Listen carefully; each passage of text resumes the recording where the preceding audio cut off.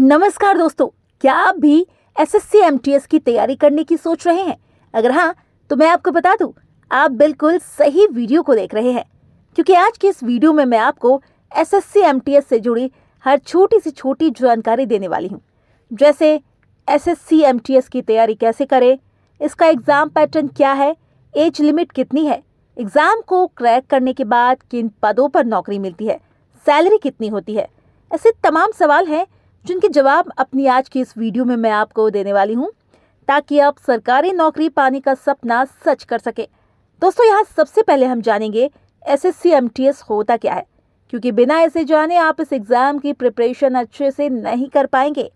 SSC MTS एक national level का exam है, जिसका full form staff selection commission multitasking staff है। जैसा कि नाम से पता चल रहा है, ये एग्ज़ाम एसएससी द्वारा कंडक्ट कराया जाता है, जिसमें पास हुए कैंडिडेट की नियुक्ति भारत सरकार के विभिन्न विभागों, मंत्रालयों और कार्यालयों में ग्रुप सी के नॉन गैजेट और नॉन मिनिस्ट्रियल पोस्ट पर होती है, जिसमें कैंडिडेट को जूनियर जस्टेटनर ऑपरेटर से लेकर पियोन तक के काम करने को दिए जा सकते हैं। ऐसे में अगर आप इस तरह के काम करने में सहज है, तो यकीन मानिए एसएससी एमटीएस आपके लिए एक बेहतरीन अपॉर्चुनिटी हो सकता है, क्योंकि इसमें गवर्नमेंट की तरफ से पास हुए कैंडिडेट को एक अच्छी सैलरी दी जाती है। एसएससी एमटीएस क्या है, जानने के बाद अगर आपने मन बना लिया है, तो चलिए अब इसकी एलिजिबिलिटी क्राइटेरिया को समझ लेते हैं, ताकि फॉर्म भरते समय आपको कोई परेशानी ना हो। एसएससी एमटीएस के लिए योग्यता क्या होनी चाहिए? एसएससी एमटीएस एग्ज़ाम के लिए अगर एजुकेशनल क्वालिफिकेशन की बात करें, तो इसके लिए कैंडिडेट का मिनिमम 10th पास होना ज़रूरी है। मतलब कि अगर आपने किसी भी मान्यता प्राप्त बोर्ड से कम 10th पास किया है, तो आप एसएससी एमटीएस का फॉर्म भर सकते हैं और एग्ज़ाम दे सकते हैं। मुझे पता है ये सुनने के बाद यहाँ बहुत सारे स्टूडेंट्स के मन में ये सवाल आ रहा होगा कि एसएससी एमटीएस एग्ज़ाम में बैठने के लिए 10th में क्या कोई परसेंटेज रिक्वायर्ड है?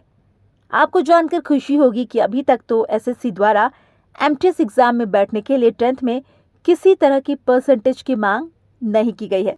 यानी अगर आप 10th ठीक ठाक नंबर से भी पास हैं, तो भी आप एसएससी एमटीएस एग्ज़ाम के लिए एलिजिबल है। इसके अलावा यहाँ कैंडिडेट की एज भी काफ़ी मैटर करती है। एसएससी एमटीएस एग्ज़ाम में बैठने के लिए कैंडिडेट की एज 18 से 25 साल के बीच होनी चाहिए। इसमें कम या ज़्यादा एज वालों को इस एग्ज़ाम में बैठने का मौका नहीं मिलता है। वैसे ये क्राइटेरिया जनरल के लिए है। अगर आप एससी, एसटी या ओबीसी कैटेगरी से आते हैं, तो आपको एज लिमिट में कुछ छूट भी देखने को मिल जाती है। अगर छूट की बात करूं, तो यहाँ एससी, एसटी कैंडिडेट को 5 साल की और ओबीसी कैंडिडेट को 3 साल की छूट मिल सकती है। इसके अलावा अगर आप पीडब्ल्यूई में कार्यरत हैं, तो आपको 10 साल के करीब छूट देखने को मिल सकती है। अगर आप क्वालिफिकेशन और एज लिमिट दोनों ही एलिजिबिलिटी क्राइटेरिया में फिट आते हैं, तो फिर आप इस एग्ज़ाम को दे सकते हैं। मगर दोस्तों, उससे पहले आपका एसएससी एमटीएस के एग्ज़ाम पैटर्न को समझना ज़रूरी है, ताकि आप अपनी तैयारी इस एग्ज़ाम के लिए बखूबी कर सकें। एसएससी एमटीएस का सिलेक्शन प्रोसेस क्या है? एसएससी एमटीएस का सिलेक्शन प्रोसेस मेनली 4 स्टेज में डिवाइड है, जिसमें सबसे पहले आपको कंप्यूटर आधारित परीक्षा यानी कंप्यूटर बेस्ड एग्जामिनेशन देना पड़ेगा। अगर आप इस एग्ज़ाम को क्वालिफाई करते हैं, यानी मेरिट लिस्ट में अपनी जगह बना लेते हैं, तो आपको सेकंड स्टेज यानी फिजिकल एफिशिएंसी टेस्ट और फिजिकल स्टैंडर्ड टेस्ट के लिए बुलाया जाएगा। पर यहाँ ध्यान देने वाली बात यह है कि ये पेपर सिर्फ हवलदार पद के लिए ही होता है। यानी अगर आप हवलदार पद के लिए फॉर्म नहीं भरते हैं, तो आपको ये टेस्ट देने की ज़रूरत नहीं है। आपको डायरेक्टली थर्ड स्टेज यानी मेडिकल टेस्ट के लिए बुलाया जाएगा, जहां आपका मेडिकल टेस्ट करने के बाद फोर्थ स्टेज यानी डॉक्यूमेंट वेरिफिकेशन किया जाएगा। अगर आपका सब कुछ सही रहा, तो आपका चयन एसएससी एमटीएस के पोस्ट पर हो जाएगा। अब जब आपने सिलेक्शन प्रोसेस को समझ लिया है, तो आइए अब हम एसएससी एमटीएस एग्ज़ाम के फर्स्ट स्टेज यानी कंप्यूटर बेस्ड एग्जामिनेशन के विषय में डिटेल में जानते हैं, ताकि आप अपनी तैयारी अच्छे से कर पाए। एसएससी एमटीएस कंप्यूटर आधारित परीक्षा पैटर्न क्या है?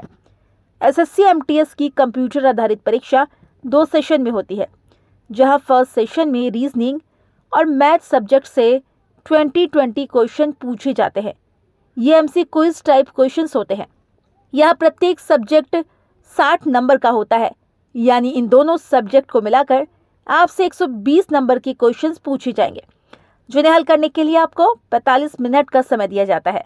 अब बारी आती है सेशन 2 की, जिसमें आपसे जनरल अवेयरनेस और इंग्लिश सब्जेक्ट से 25-25 क्वेश्चन पूछे जाते हैं। ये भी एमसी क्विज टाइप्स क्वेश्चंस होते हैं। यहाँ प्रत्येक सब्जेक्ट 75 नंबर का होता है, यानी आपसे इन दोनों सब्जेक्ट को मिलाकर 150 नंबर के क्वेश्चन पूछे जाएंगे, जिन्हें हल करने के लिए आपको 45 मिनट का समय भी दिया जाएगा। इस तरह से एसएससी एमटीएस की कंप्यूटर आधारित परीक्षा में कुल 90 क्वेश्चन 270 मार्क्स के लिए पूछे जाएंगे। एक बात आपको यहाँ ध्यान देने की जरूरत है, अगर आप फर्स्ट सेशन में गलत आंसर देते हैं तो आपकी नेगेटिव मार्किंग नहीं होगी, लेकिन जब आप सेकंड सेशन में किसी क्वेश्चंस का गलत आंसर देंगे तो ऐसे सिचुएशन में आपका 1 नंबर काट लिया जाएगा।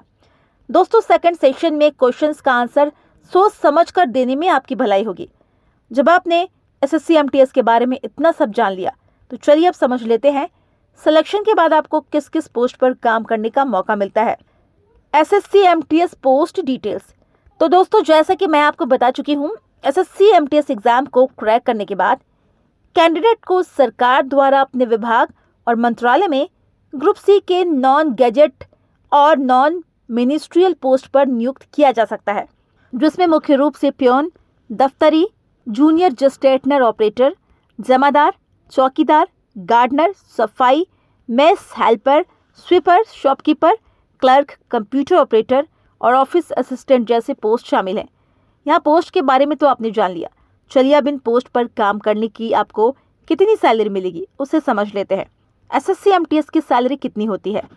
एसएससी एमटीएस में सेलेक्ट हुए कैंडिडेट की शुरुआती सैलरी लगभग 18,000 रुपये से लेकर 22,000 रुपये प्रति माह होती है। इसके अलावा उन्हें महंगाई भत्ता, हाउस रेंट भत्ता और परिवहन भत्ता दिया जाता है, जिससे उनकी प्रति माह सैलरी लगभग 25,000 रुपये पहुँच जाती है। इसीलिए ये कहना गलत नहीं होगा कि एसएससी एमटीएस में सिलेक्शन के बाद आप अपनी ज़िंदगी को बेहतर ढंग से जी सकते हैं। तो दोस्तों, इस वीडियो में फ़िलहाल इतना ही। उम्मीद है इस वीडियो से आपको काफ़ी कुछ सीखने को मिला होगा। वीडियो आपके लिए यूज़फुल रही हो तो वीडियो को लाइक करें। इसी तरह की और भी नॉलेजेबल वीडियोस देखते रहने के लिए चैनल को सब्सक्राइब करना ना भूलें। Thanks for watching.